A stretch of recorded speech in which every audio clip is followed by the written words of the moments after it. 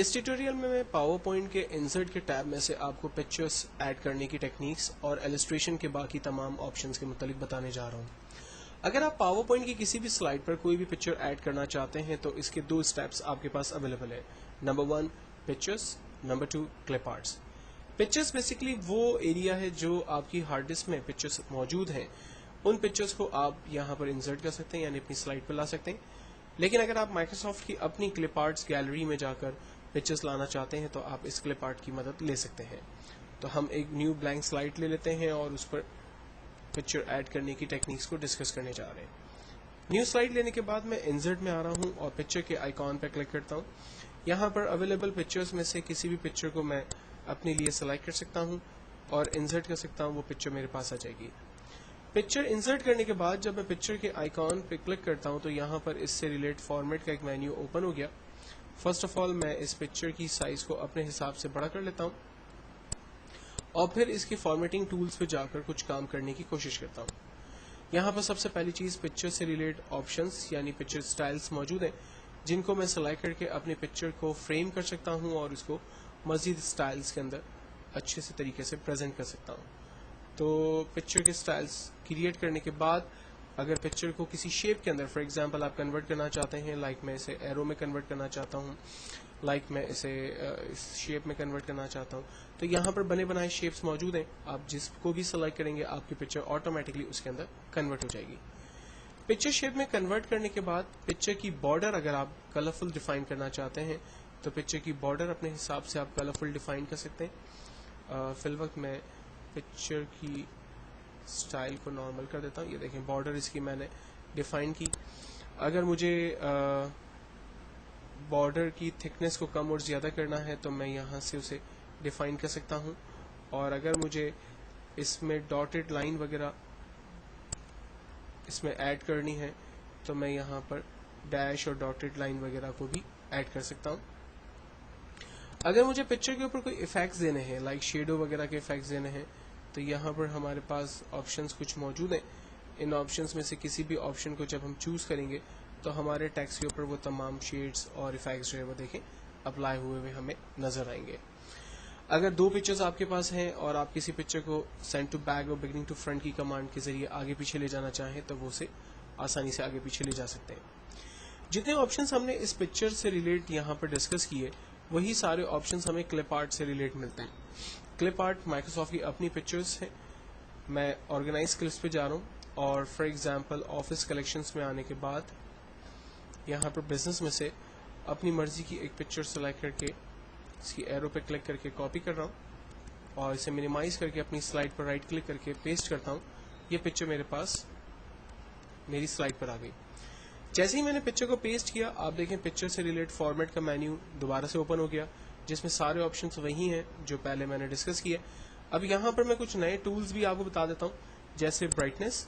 अगर आप अपनी किसी भी पिक्चर की ब्राइटनेस को कम और ज़्यादा करना चाहें तो वो आप कर सकते हैं। अगर आप पिक्चर के कंट्रास्ट को कम और ज़्यादा करना चाहें तो आप देखें वो कंट्रास्ट आप यहाँ से कम और ज़्यादा कर सकते हैं। अगर आप पिक्चर को रीकलर करना चाहें यानी पूरी पिक्चर एक ही कलर के अंदर नज़र आए तो वो कलर्स यहाँ से आप डिफाइन कर सकते हैं। अगर आप चाह रहे हैं कि पिक्चर जो है वो चेंज हो जाए, लाइक इस पिक्चर की जगह कोई और पिक्चर आ जाए, तो आप इस पिक्चर की जगह कोई और पिक्चर इंसर्ट कर सकते हैं। पिक्चर की साइज़ वगैरह को बड़ा किया है, उसमें शेडो अप्लाई कर दिए हैं और आप चाह रहे हैं ये तमाम चीज़ें ख़त्म हो जाएं तो आप रीसेट पिक्चर करते हैं। पिक्चर अपनी असल साइज़ में बगैर तमाम इफेक्ट्स रिमूव हो जाएंगे और बगैर किसी इफेक्ट्स के एक नॉर्मल पोजीशन पे आपको नज़र आएगी। इंसर्ट के अंदर नेक्स्ट ऑप्शन हमारे पास है शेप्स का। पिक्चर को मैं डिलीट कर चुका हूँ और शेप्स के ऑप्शन में जाकर अपनी मर्जी के शेप्स यहाँ से कोई भी ड्रॉ कर सकता हूँ। फॉर एग्जांपल एक सिंपल शेप मैंने ड्रॉ किया है हैप्पी फेस का।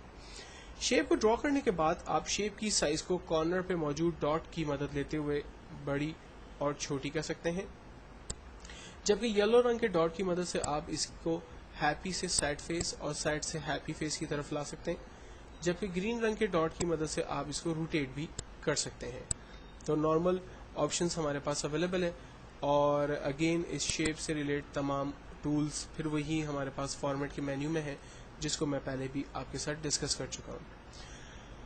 अगर मैं फॉर्मेट शेप की मदद लेते हुए लाइक एक ऐसा शेप ड्रॉ करता हूँ जिसमें मैं कुछ लिखना भी चाहता हूँ लेकिन उसमें मेरे पास कर्सर नहीं आ रहा। फॉर एग्जांपल मैंने एक राइट का एरो ड्रॉ किया और मैं कहता हूँ कि दिस वे एक टेक्स्ट लिखना चाहता हूँ, तो यहाँ पर कर्सर तो नहीं आ रहा। तो टेक्स्ट टाइप करने के लिए फिर हम इस पर राइट क्लिक करते हैं ऑब्जेक्ट पर और यहाँ पर एडिट टेक्स्ट के बटन पर क्लिक करते हैं और हम यहाँ पर लिखते हैं for example this way. Text type करने के बाद हम इसको रेंज में ले लेते हैं और फॉर्मेट के ऑप्शंस में जाकर थोड़ा सा इसके साथ कुछ काम करके देखते हैं। लाइक इसके कलर्स को चेंज करके हमने देखा, अगर अपनी मर्जी के कलर्स फिल करना चाहें तो वो दे सकते हैं। आउटलाइन अगर डिफाइन करना चाहें तो वो डिफाइन कर सकते हैं। आउटलाइन की थिकनेस को हम बड़ा कर सकते हैं। मैं इस पर कोई स्पेशल इफेक्ट्स वगैरह देना चाहूँ तो दे सकता हूँ। ये सारे ऑप्शंस वही हैं जो थोड़ी देर पहले हमने देखे हैं। कलर्स वगैरह अप्लाई कर सकते हैं, साइज को इंक्रीज कर सकते हैं, राइट। तो टेक्स्ट ऐड करने के लिए सिंपल हमें ऑब्जेक्ट पर राइट क्लिक करना है और उसको हमें एडिट टेक्स्ट पे क्लिक करना है, जबकि इन डॉट्स के बारे में मैं आपको पहले ही बता चुका हूँ। शेप्स के बाद नेक्स्ट ऑप्शन है हमारे पास स्मार्ट आर्ट। स्मार्ट आर्ट को थोड़ी देर पहले हमने डिस्कस किया था कि बने बनाए ऑप्शंस जिसकी मदद लेते हुए हम काम कर सकते हैं। फॉर एग्जांपल मेरी कंपनी के अंदर मैनेजर जो है वो एक ही है, मिस्टर आतिफ अहमद साहब, तो मैंने उनका नाम लिख दिया। सेकंड बुलेट मैंने रिमूव कर दिया। देन मेरे पास जो है वो असिस्टेंट मैनेजर हैं, for example mister like Waseem Ahmed. Second bullet को मैं ख़त्म कर देता हूँ। थर्ड जो है वो फॉर एग्जांपल HR मैनेजर है मेरे पास, लाइक मिस्टर मोहम्मद अहमद। इसको भी मैंने सेकंड बुलेट खत्म कर दिया। तो एक कंप्लीट ऑर्गेनाइजेशन स्टाइल मैंने यहाँ पर ड्रॉ किया और इस स्टाइल को ड्रॉ करने के बाद इसकी साइज को भी हम अपने हिसाब से बड़ा छोटा और आसानी से जहाँ चाहें मूव कर सकते हैं। सेम तरीके से अगर मैं इनकी स्टाइल में चला जाता हूँ लाइक डिज़ाइन में, तो मैं आपको पहले ही बता चुका हूँ ये सारे ऑप्शंस आप इनके लेआउट्स वगैरह को, स्टाइल को अपने हिसाब से चेंज कर सकते हैं। देन यहाँ पर लेआउट्स डिफरेंट अवेलेबल हैं। इन लेआउट्स में से आप कोई भी अपने लिए नया लेआउट डिफाइन कर सकते हैं जिसमें आपकी स्लाइड एक बेहतर तरीके से नजर आएगी। रीसेट ग्राफिक करने से तमाम चीज़ें दोबारा ऑर्डर में आ जाएंगी। इस पे बेसिकली लेआउट तो अप्लाई हो रहा होगा लेकिन जो स्टाइल्स वगैरह आपने अप्लाई किए होंगे वो स्टाइल्स जो है वो यहाँ पर ख़त्म हो जाते हैं। इंसर्ट के मेन्यू का लास्ट ऑप्शन है, इंसर्ट के टैब के इलस्ट्रेशन का लास्ट ऑप्शन है चार्ट। बेसिकली बहुत सारी कंपनी अपने अकाउंट्स का जो डाटा है वो प्रेजेंट करती है, अपनी सेल्स जो है या ईयरली जो प्रॉफिट है वो चार्ट की सूरत में दिखाती है। मैं एक कंपनी का चार्ट यहाँ पर डिफाइन करना चाहता हूँ। चार्ट की कमांड को ज़्यादा बेहतर तौर पर समझने के लिए मैं आपको रिकमेंड करूँगा कि आप माइक्रोसॉफ्ट एक्सेल के मेरे ट्यूटोरियल्स पर जाइए और वहाँ से चार्ट के ऑप्शन को एक दफ़ा ज़रूर गो थ्रू करें। जब आप चार्ट की कमांड पर क्लिक करते हैं तो आपसे सबसे पहले सवाल करता है कि चार्ट आपको किस कैटेगरी का चाहिए। यहाँ पर कॉलम, लाइन, पाए, बार, एरिया, XY बहुत सारी कैटेगरीज के चार्ट आ रहे हैं और हर एक कैटेगरी के अंदर सब कैटेगरीज अवेलेबल हैं जिनको यूज़ करते हुए आप अपनी मर्जी का चार्ट यहाँ पर क्रिएट कर सकते हैं। फॉर एग्जांपल मैंने कॉलम में से इस स्टाइल के चार्ट को सेलेक्ट किया और ओके कर दिया। मुझे अपनी कंपनी के 2 इयर्स के प्रोग्रेस को जो है वो चार्ट की सूरत में दिखाना है, तो मैंने यहाँ पर 2 साल डिफाइन कर दिए लाइक 2006, 2007 और बाकी को मैं सेलेक्ट करके डिलीट कर देता हूँ। क्योंकि ये एक्सेल से रिलेट कमांड्स हैं तो मैं फिर कहूँगा कि एक्सेल को ज़रूर गो थ्रू कीजिएगा ताकि आपको अंदाज़ा हो सके। और मुझे यहाँ पर ये बताना है कि मेरे 4 क्वार्टर्स थे, लाइक फर्स्ट क्वार्टर का बिजनेस, सेकंड क्वार्टर का बिजनेस, थर्ड क्वार्टर का बिजनेस और मेरे 4th क्वार्टर का बिजनेस मुझे यहाँ पर ऐड करना है। अब ये जितना भी बिजनेस है, फॉर एग्जांपल ये मिलियंस के अंदर आ रहा है, तो मैं यहाँ पर से 4th क्वार्टर के बिजनेस को ऐड कर देता हूँ और फाइनली मैं इस चार्ट को एक्सेल को क्लोज करता हूँ। चार्ट मेरे पास एक्सेल का मेरी स्लाइड के ऊपर ऐड हो चुका है। अब देखें, इस चार्ट के जरिए मैं अंदाज़ा लगा सकता हूँ कि मेरी कंपनी ने 2006 और 2007 के 4 डिफरेंट क्वार्टर्स में क्या बिजनेस किया था और किस तरह से बिजनेस किया था। हर एक बार पे माउस रखने से उसकी कंप्लीट डिटेल्स मुझे यहाँ पर नज़र आ रही है। चार्ट के डिफरेंट लेआउट्स हैं, आप बाद में उसके लेआउट को चेंज भी कर सकते हैं अपनी मर्जी के हिसाब से।